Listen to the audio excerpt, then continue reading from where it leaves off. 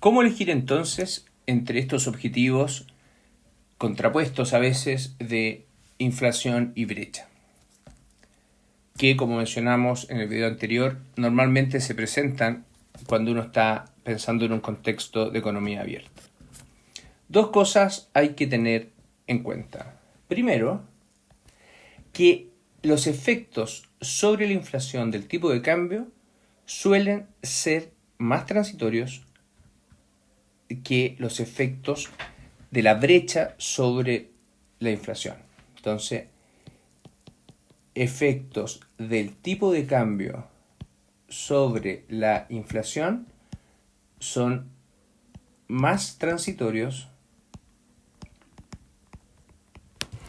que los de la brecha. No solo eso, sino se dan más rápido. O sea, los efectos de la brecha se dan con más rezago.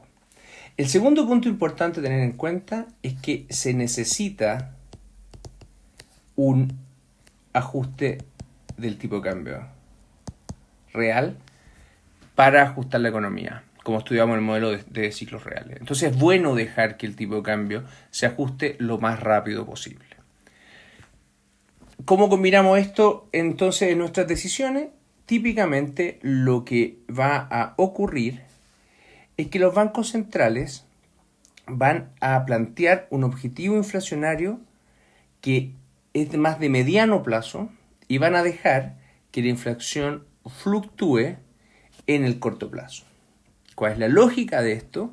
La lógica de esto es que en el corto plazo voy a dejar que, si tengo aquí la inflación, en el corto plazo voy a dejar que la inflación fluctúe. ¿Por qué? Porque el tipo de cambio tiene que moverse para ajustar a la economía.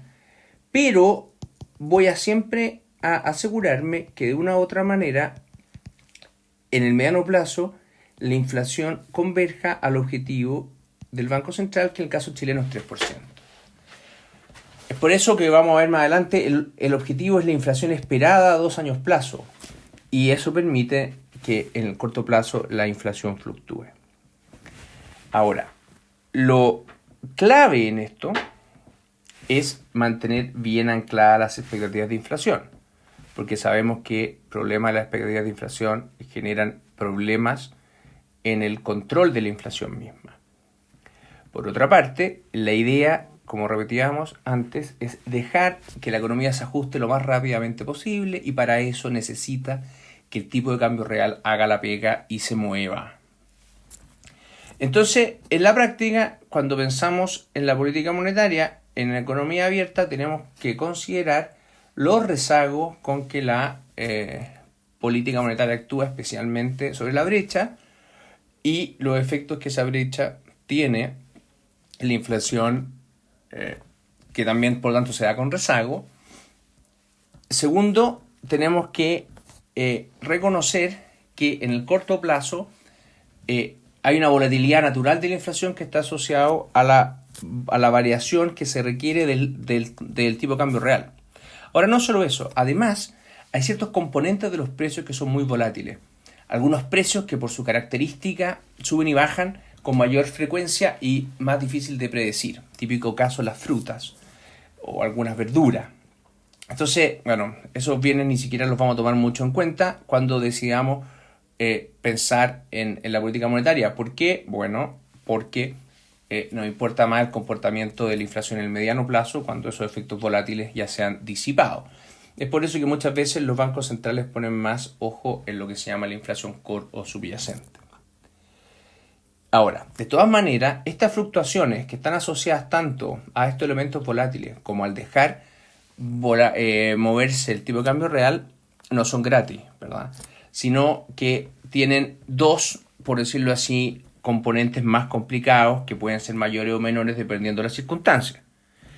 El primero son los llamados efectos de segunda vuelta. Muchos precios están indexados a la inflación pasada. Por ejemplo, todas las cosas que están nominadas en UF, los arriendos, algunos sueldos, etc. Por lo tanto, inflaciones altas hoy día, aunque sean por cosas transitorias, se me quedan pegadas en la inflación por más tiempo porque estos mecanismos de indexación existen. También es cierto que potencialmente esto puede tener un efecto sobre la expectativa. Cuando los shocks son muy grandes o menos transitorios de los que uno imaginó al principio, y por lo tanto terminamos con inflaciones que quedan de forma más persistentemente altas, bueno, eso puede generar efectos sobre las expectativas de inflación, lo que a su vez aumenta la persistencia del fenómeno inflacionario y hace más complejo el problema. Por último, un par de cosas más. Nuestro modelo no teníamos bienes que no son transables, pero sí, en la práctica sí los hay y es importante. Y uno tiene que tomar en cuenta, ¿verdad?, varias cosas sobre esto. Primero, que movimientos del tipo de cambio real tienen que ver en la práctica con la presencia de bienes que no son transables.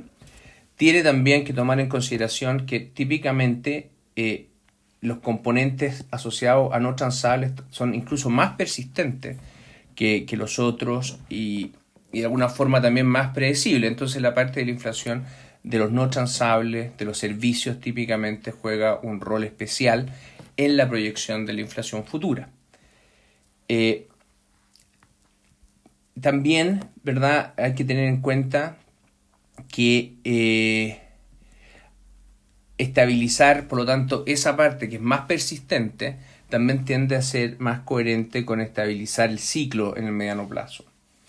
Entonces, al final, lo que los bancos centrales hacen, su objetivo es la inflación total, pero cuando deciden sobre la política están mirando aquellas partes de la inflación que son mejores predictores o están más asociadas a la evolución de la inflación a plazo más un poco más largos, que son donde típicamente tienen colocado su objetivo y que además tienden a ser más coherentes con la evolución de la brecha. Ahora, alguien podría decir, bueno, si en verdad nos vamos a preocupar de esta inflación, que no es la total, sino que nos vamos a preocupar, por lo menos de un punto de vista operativo, más de esta inflación subyacente, o de los bienes que no son transables, o de los bienes que son producidos localmente, bueno, ¿por qué no fijamos la meta en términos de ese índice y no de la inflación total? Mal que mal, la inflación total va a estar moviéndose mucho, va a ser volátil y obviamente va a ser difícil comunicar que estamos cumpliendo con la meta si la inflación en el corto plazo sube y baja. Bueno, el punto es que es más difícil todavía comunicar metas sobre subíndices o subcanastas del IPC. La experiencia en general muestra que es más fácil explicar que el objetivo es que la inflación de IPC converja en un tiempo prudente de no más de 2 años, a tratar de explicar que el objetivo no es la inflación total, sino que algunos componentes más persistentes de ella.